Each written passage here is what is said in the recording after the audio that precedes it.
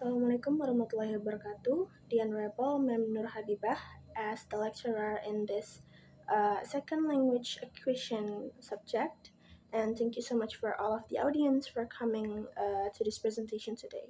So my name is Ratu Nafla Annisaa Rosalina and today I am going to present about our material today, which psycholinguistic and linguistic aspect of interlanguage. So without any further ado, let's get into the material. So let's talk about the background first, which is interlanguage.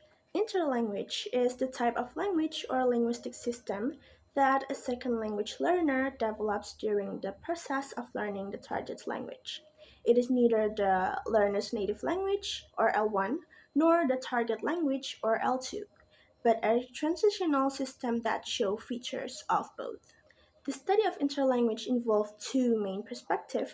The first one is psycholinguistic aspect, which is related to the mental processes and cognitive mechanism in language learning. And then the second one is linguistic aspect, related to the structural features and patterns in the learner's language. The psycholinguistic aspect explains why and how learners develop certain patterns, while the linguistic aspect describes what those patterns look like. Now I will explain about the psycholinguistic aspect first. So the psycholinguistic aspect examines the psychological process underlying language acquisition and also production. In the context of interlanguage, psycholinguistic factors influence how learners perceive, process, and produce the target language. Some key of the psycholinguistic aspect include the first one is language processing, which interlanguage learners may employ different strategies and cognitive processes while comprehending the producing language. These processes involve working memory, attention allocation, and parsing sentence structures. The second one is language perception. Learners' ability to perceive and discriminate sounds and intonation patterns of the target's language can impact their pronunciation and listening comprehension skills. And then the third one is language memory. Learners rely on how their working memory to store and retrieve lexical and grammatical information. The capability and organization of their memory systems can affect their fluency and accuracy in producing the target language. Now we move to the linguistic aspect. So the linguistic aspect refers to the specific linguistic features and patterns observed in the interlanguage.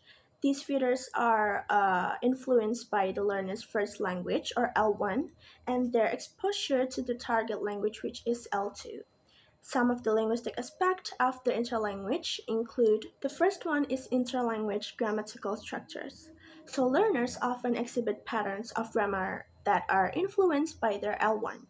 They may overgeneralize or transfer grammatical rules from their native language to the target language. The second one is lexical development. So, learners' vocabulary developed in the target language progresses gradually, and they may initially rely on simplified or literal translation from their L1. Their choice and use of vocabulary can affect their communicative effectiveness. And then the last one, which is the third aspect, is that pragmatics and sociolinguistic competence.